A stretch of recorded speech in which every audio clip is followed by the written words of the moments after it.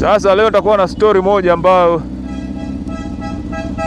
ni funzo lakini pia ni ya kusikitisha kidogo.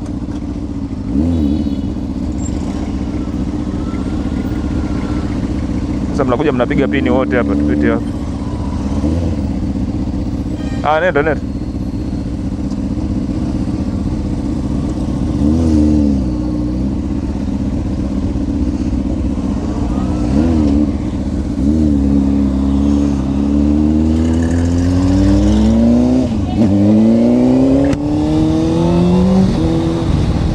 Bismillahirrahmanirrahim.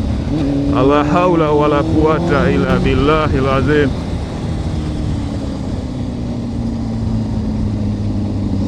Sasa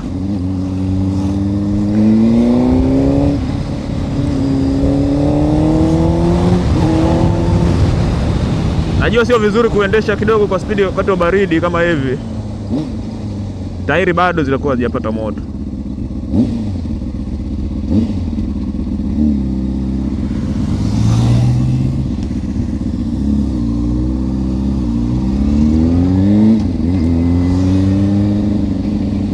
Kwa hiyo bana, ilikuwa ni mwaka juzi, bila kupoteza muda tulikuwa tuna safari moja ndefu sana ya kwenda kilomita kama kwenda na kurudi kama 1600 1500.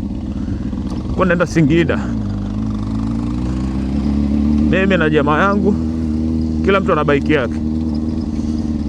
Jamaa alikuwa na Yamaha R6, one of the best bike.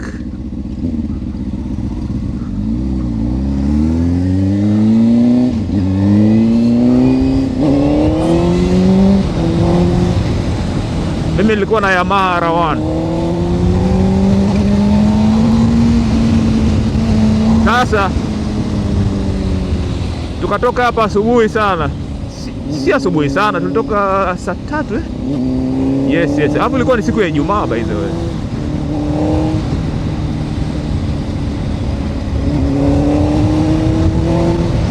Tukaamsha kuelekea Singida.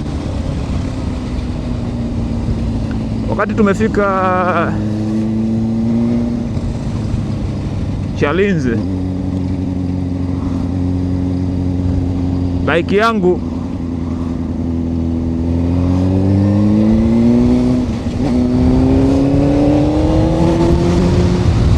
ilipata ile coolant sensor ikawa kama haifanyi kazi. Lakini actually alikuja kugundua baadaye kwamba tatizo ilikuwa sio sensor kama sensor. Tatizo ni lile ilikuwa boya la kuingia kwenye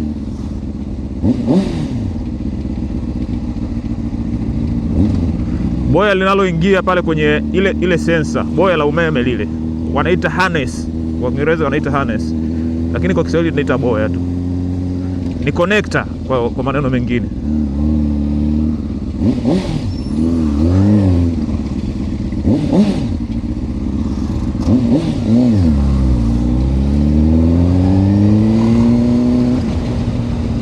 Leo nimechelewa leo. Sijawahi kufika kwa nakwenda.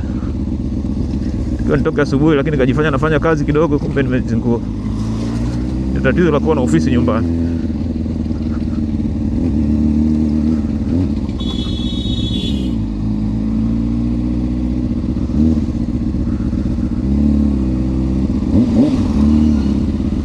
Kwa hiyo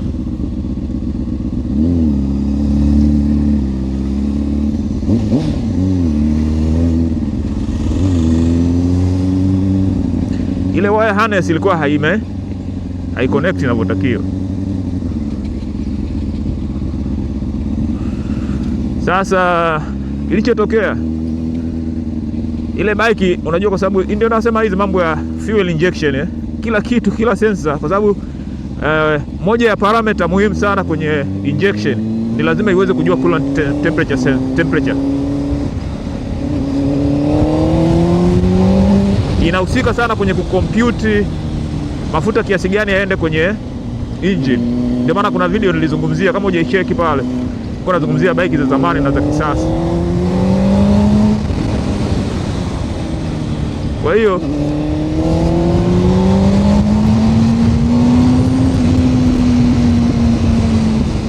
sasa kilichotokea, ile bike ikarudi kwenye default temperature. Default temperature nafikiri walichokifanya Yamaha ni degree 60. Kwa hiyo hata kama engine imepata moto au imepoa, yenyewe inakuonyesha temperature iko 60 tu kwenye dashboard. Alafu hapo ikawasha nini? Ikawasha taa check engine. Kwa hiyo kuonyesha kwamba lile ilikuwa ni tatizo serious. Lakini kwa sababu tulisha commit na safari,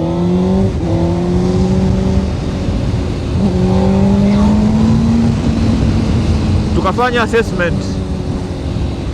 Bike of course ikawa imebadilika kidogo, mapigo yamebadilika.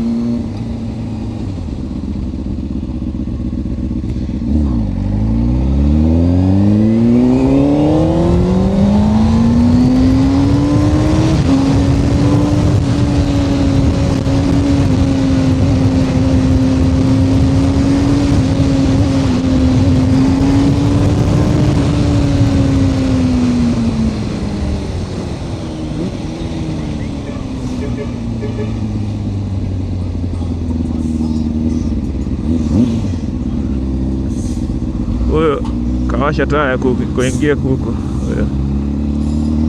lazima umpe respect bwana.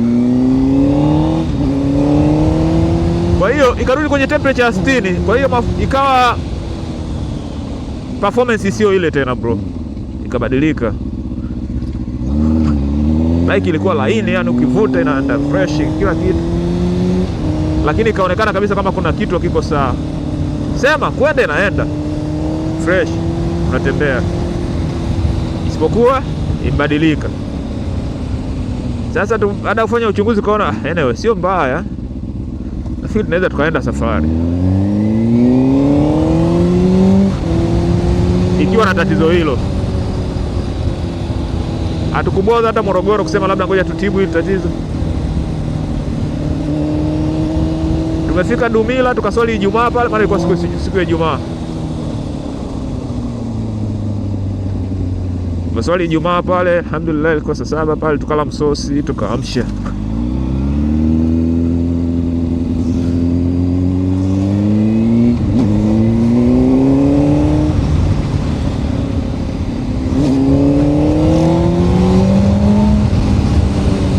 Basi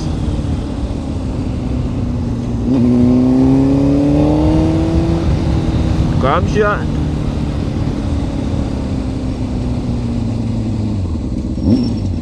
katikati hapo kuna mambo yalitokea kuhusiana na mambo ya mafuta na nini, lakini hiyo story ya siku nyingine. Ngoja tuzungumzie story ya engine tu. Tulifanikiwa kufika Dodoma pale, lakini tulifika baisa, sababu tulichelewa kutoka na tumeswali, tumekaa njiani sana, tupumzika na nini. Baisa 10 tulikuwa Dodoma, tukakaa pale, tukatafuta chumba, tukatafuta lodge pale sehemu, tukapata vyumba pale viwili, kila moja cha kwake na mambo, tukapaki bike zetu. Siku hiyo tukalala pale.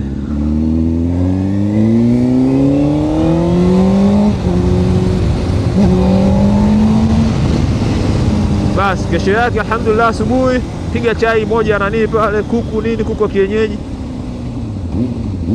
Sasa yote na mambo ya Dodoma mkoani.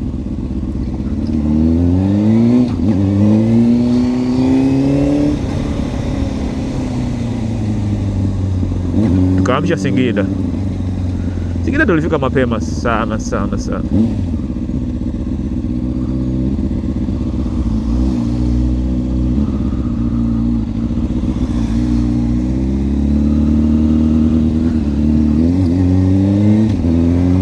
Tulifika mapema sana.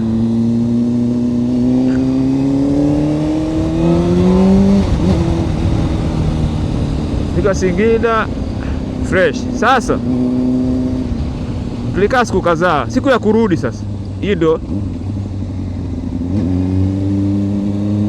Hiyo ndo tukio kubwa lililotokea. Siku ya kurudi tumetoka saa 1 asubuhi. Maana ilikuwa mwezi wa 7 hivi nafikiri. Mwezi wa 7 au 6. Ile baridi ya Singida lile.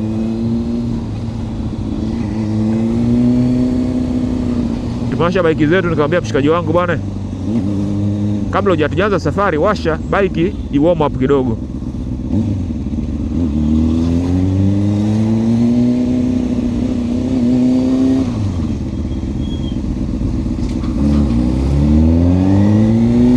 I warm up kidogo. Kwa wale wasioelewa ni kwamba ipashe moto kidogo injini mpaka ichemke kidogo, alafu ndio tuanze safari, kwa sababu kwa kule Singida ni baridi sana. Unapoanza kutembea na pikipiki au hujaiwasha nani, utakuta injini inakuwa haipati moto.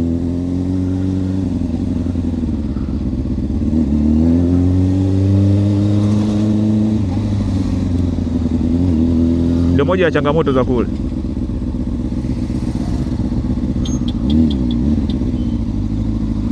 Injini inakuwa haipati moto.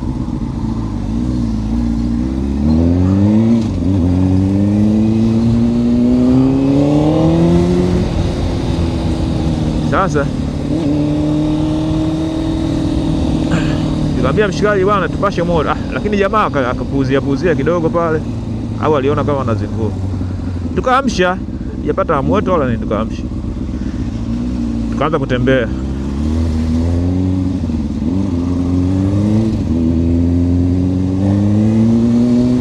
Nilikuwa natembea kilomita 200, 180.